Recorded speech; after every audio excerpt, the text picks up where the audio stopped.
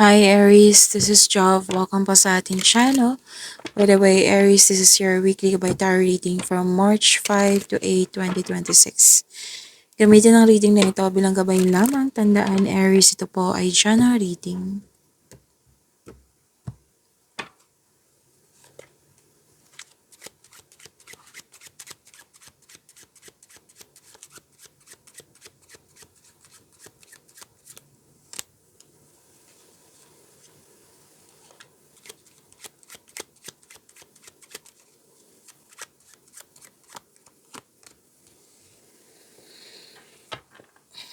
Aries, sabi po dito na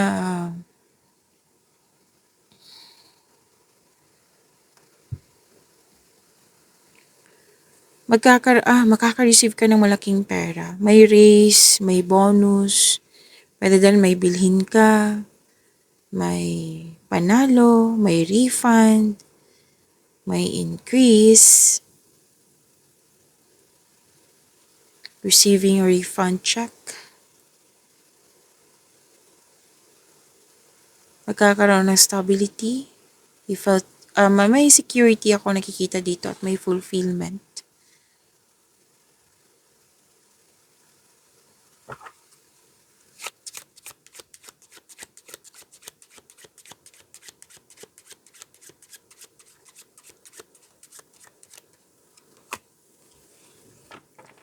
At fulfillment, may happy outcome, may promises, may engagement din ako nakikita dito. Pwede din pong kasal ito or nagkaroon ng family reunion. May happiness and you're having a good time. Marami kang ginagawa. May ginagawa ka din dito na entertain ka din at the same time. May joy and laughter. Nagkaroon ng pagkakaisa.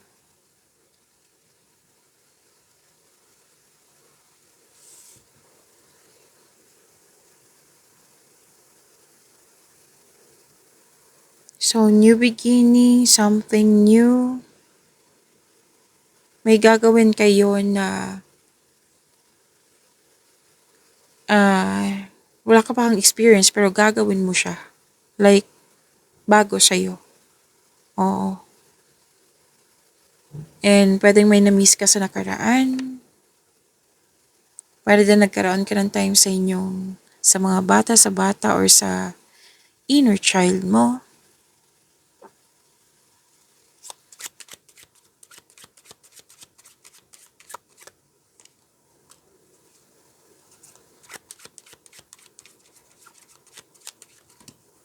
Okay, so kunin ko tong nauna ha.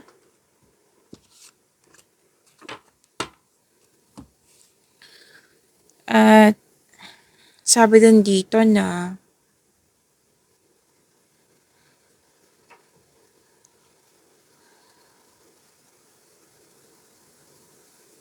may nakita kasi akong nagsinungaling dito. Corruption, defensiveness, a fake something or other, may betrayal, may two-faced person, may mapanin lang.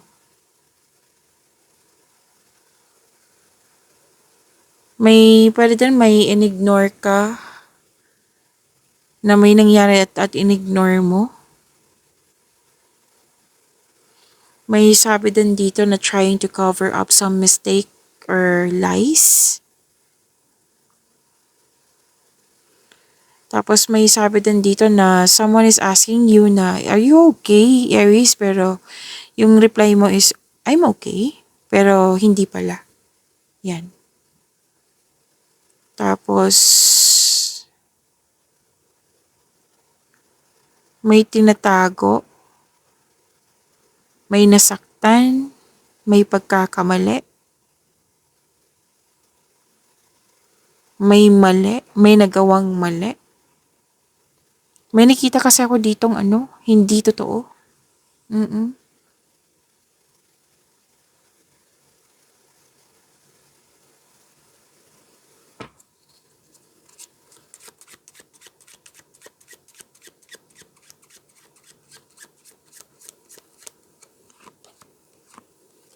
Pwedeng may mga kausap ka dito or nag-finalize ka dito like you're weighing the pros and cons in a situation. May tinetest ka and may pag-uusap ka may mahalagang pag-uusap ako nakikita dito. May negotiation, may interview, may pwedeng kausap mo yung family mo or kasamahan mo dyan sa trabaho.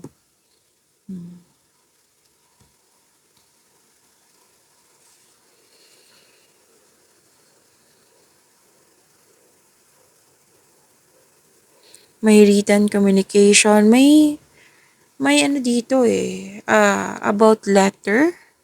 May nakita kong ganyan or text message or pwedeng nakatanggap ka ng mahalagang tawag.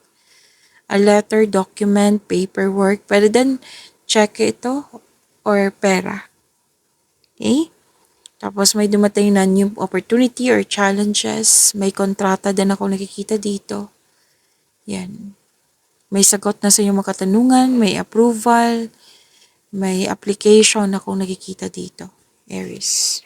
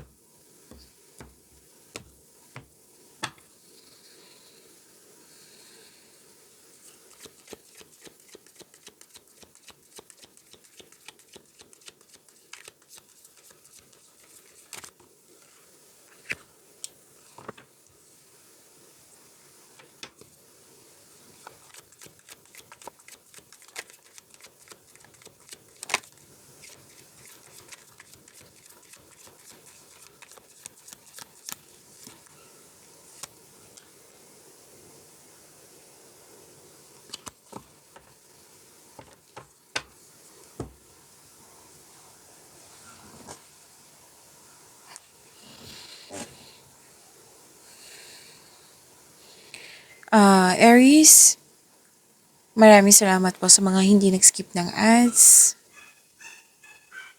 At subscribe na po kayo sa ating channel at click bell notification para updated po kayo sa reading natin. At para sa mga gusto magpa-reading po, comment po kayo ng personal reading and check my reply sa comment section.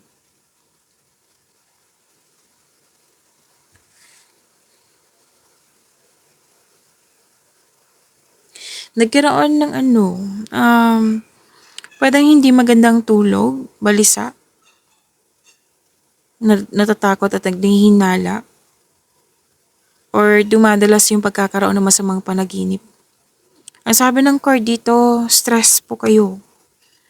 Kailangan po ng tamang tulog, tamang pahinga, tamang kain. So, kung nahirapan kayo, seek help, okay? Makatulong po yung may kausap. Pwede din na kung may trust issue kayo sa ibang tao, mag-journal kayo, diary kung pwede po. Para isulat mo yung mga nasa isip upang sa gayoy maalis sa mga ito sa iyong isipan at mapunta sa pahina. So, this card tells you make change. Itong pangyayaring ito ay pansamantala lamang at lilipas din po ito.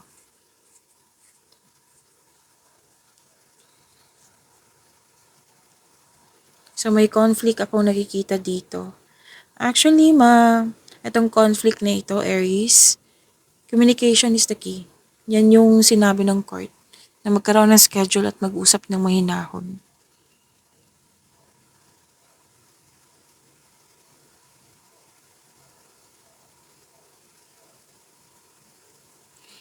At sabi din dito na may ginawa dito Pwedeng may gagawin ka or may ginawa ka na kumbaga bahala na, gagawin ko to. Yan. So sabi ng card, huwag magpadalos-dalos. Alamin mo muna kung tama ba, balansehin, magkaroon ng konkretong plano, at magkinig din sa inyong intuition. Huwag kang may tampuhan, no? Dalawang card kasi nagsabi dito na kailangan, communication is the key talaga. mag-usap at magpatawad. It's never too late to begin again. Mag-usap po at magpatawad.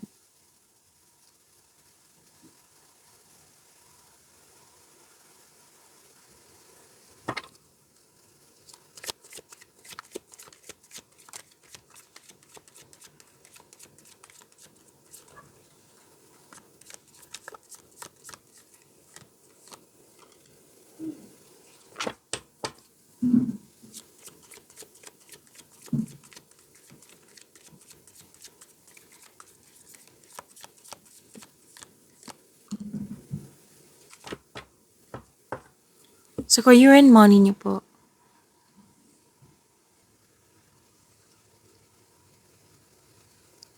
So, ang ganda ng career and money niyo kasi may successful agreement akong nakikita dito. Oo. And, may raise ng allowance, sweldo, sales. May kontrata din po na lumabas din po siya dito na may kontrata, may successful agreement. May challenges. Oo, ako nakikita dito. Pero sinabi naman ng card nyo dito, which is nag-clarify na naman po dito sa tarot cards nyo, na temporary lang po ito. Ma-overcome nyo rin po ito. Which is nakikita ko naman dito na haharapin mo tong challenges na ito.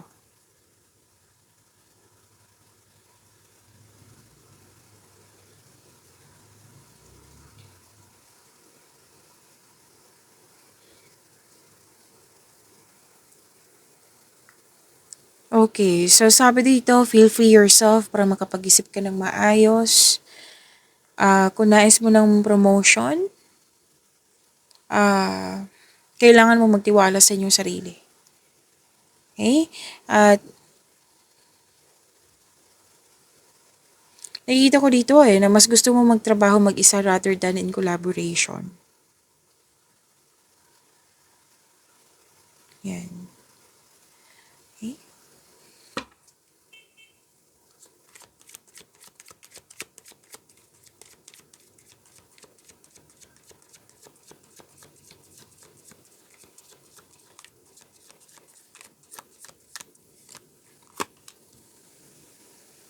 Naghahanap ka ng solusyon sa inyong problema, sagot sa inyong mga katanungan.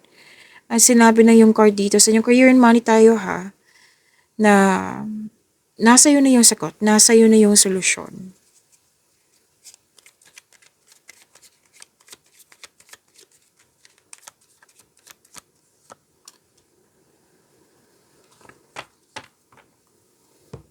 Love life, self-love, partnership, and romance ni Aries.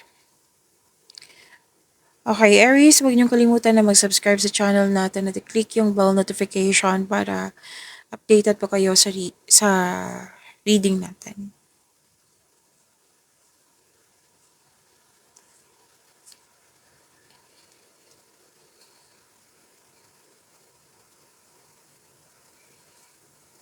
Okay, may transformation ako nakikita dito na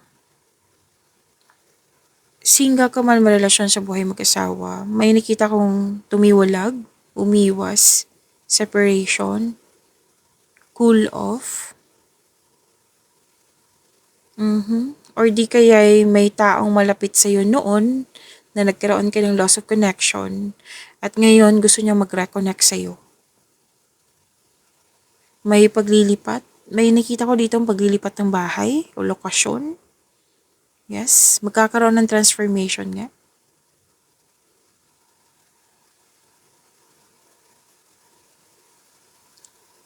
At sabi din dito, para sa mga single, may parating na bagong tao sa inyong buhay. Oo, na stable na sa buhay. Para sa mga relasyon sa buhay mag-asawa, nakikita ko dito na kayong dalawa ay matured enough na, loyal sa isa't isa, na both of you are taking action na magkaroon ng stability para para maipalago palalo ang inyong relasyon. Babala lang po sa ego clashing. Okay? So, pag-imanin niyo po yung blessings sa binigay sa inyo, Aries. See you tomorrow. Maraming salamat po.